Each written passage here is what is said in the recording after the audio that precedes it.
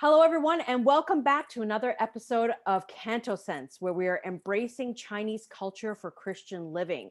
We hope to help each other work through those nuances so that we can live fully Christian and fully Chinese.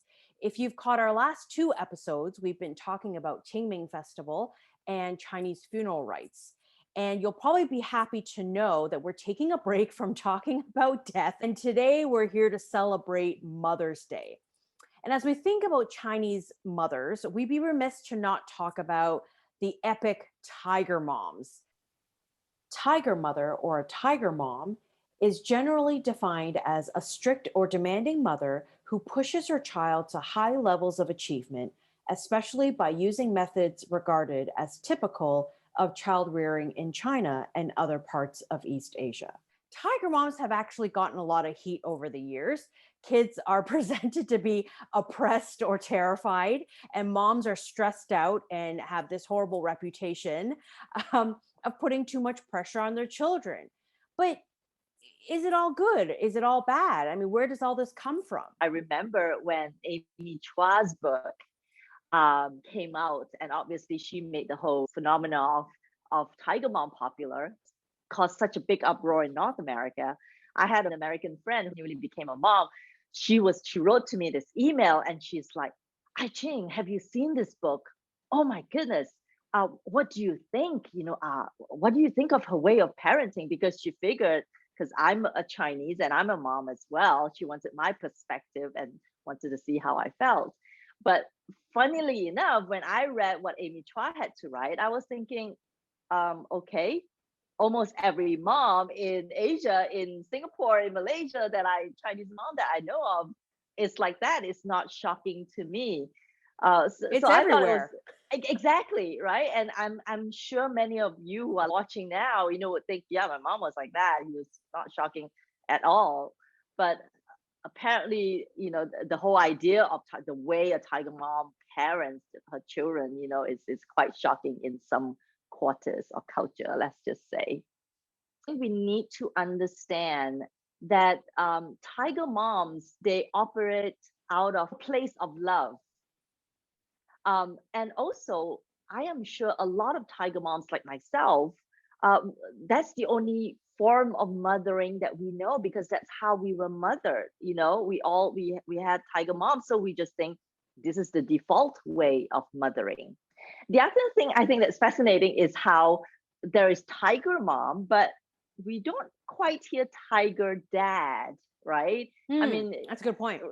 when you look at some of the influences, again, the ideological and philosophical influences on the Chinese culture and Chinese worldview, obviously Confucius has made a very deep imprint in our worldview. Right. And Confucius basically talks about the 5 cardinal relationships, that are important, and every relationship would have its duties that are prescribed. So for example, there's the father and son, and obviously the duty that is filial piety. And of course, there's husband and wife. And obviously, husband has a prescribed set of duties, and wife as well. And the husband, the dad, would be the one who goes farm and bring, not bacon, possibly, but just pork belly home.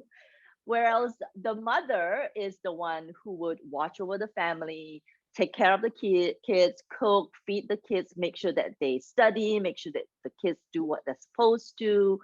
And as a result of that, the mom is the one who probably is the one who imposes all these strict rules.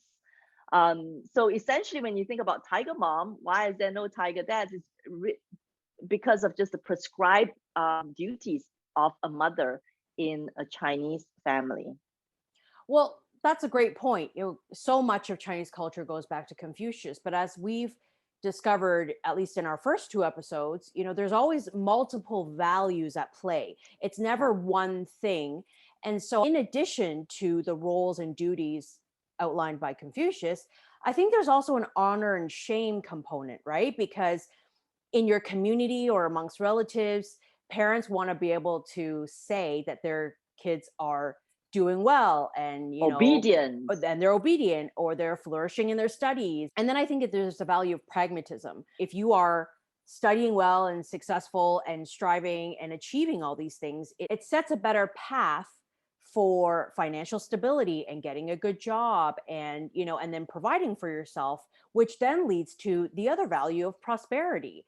I think for many parents, especially immigrant parents, or whose grandparents have been through the war, just being through really tough times, Hmm. they don't want their kids to also have to go through those hardships as well. As a Christian, how do we balance between these very Yeah. pragmatic and very valid values, and maybe sometimes overkilling it? Are you a tiger mom? And you being a Christian and a Chinese mom, how do you balance that within yourself? I remember my son, he was 7 years old at that time, and we got a message from his teacher, and he's new in this school. And the teacher basically said, "We'd like to see you and your husband because there's some behavioral issues. We'd like to talk through with you." And I remember my first reaction was like, I was so mad. I was so mad at my son because I felt that he had brought shame upon me, especially because he misbehaved in class, and that is a reflection of the kind of mom I have been. And I was just so mad that he brought so much shame to us.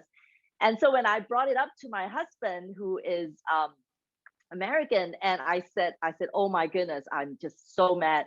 And he looked at me, he said, "Why are you overreacting?" As far as he's concerned, I was overreacting.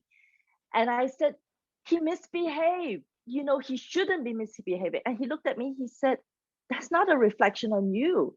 He is 6 years old. He's a kid. Of course he will misbehave once in a while in class." And that really brought perspective back to reality, right? I mean, Right. it's just not all me. He is a kid. Tiger mothering comes from a good place, a place of love. But then obviously, like you say, some parents, some moms just, go to the extreme, and it's sad because some children have been pushed to just, suicide and things like that because they Yeah. just couldn't take the pressure.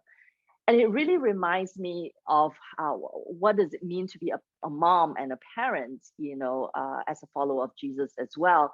And Paul, in writing to the church in Ephesus, in chapter 6, he talks about how, of course, he's talking to fathers. Fathers, do not provoke your children, but I think it applies to moms as well. There is a place as parents, as moms, to trust the Lord, and to recognize that we are not alone, in parenting our children. God is involved in this project as well. It's not solely on us. Yeah. We do our best, and the rest we have to just leave it to God. And of course, pray for your children.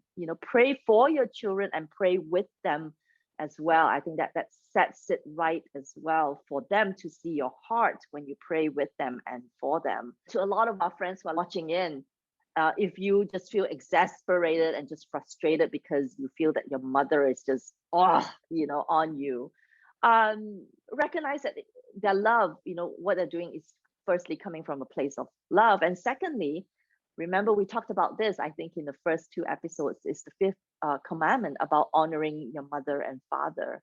And I think it's a command that we need to take seriously. And obviously it's not easy to navigate, but just recognizing that different seasons in your life, God has placed your mom, to somewhat play God's role in your life, right? To care Right. for you, to provide for you, to make sure you don't go the wrong way.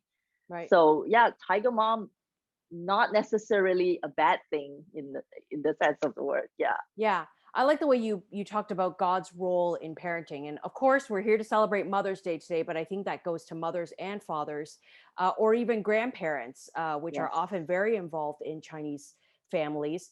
It's quite countercultural, I would say, this the Christian approach to it, because it's an approach of stewardship. That Absolutely. because your kids are not your own, it's much like stewarding anything else.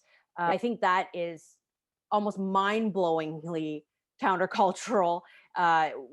When talking to Chinese parents and relatives, they're very ganzheng, I think is the word, Yes. Yes. about their children's future. So to tell them that they can take a stewardship approach because God is ultimately in charge, I hope will be very freeing. And it's a ministry. You know, Yes. it is your children is a ministry for you, a specific season of your life. When we think of ministry, we know that God is involved, and liberating to know that. A big happy Mother's Day to all the mothers out there. We're thankful for our mothers, whether they are tiger moms or not, for all their sacrifice and love and time and effort in raising us. So we thank you for joining us today on this episode.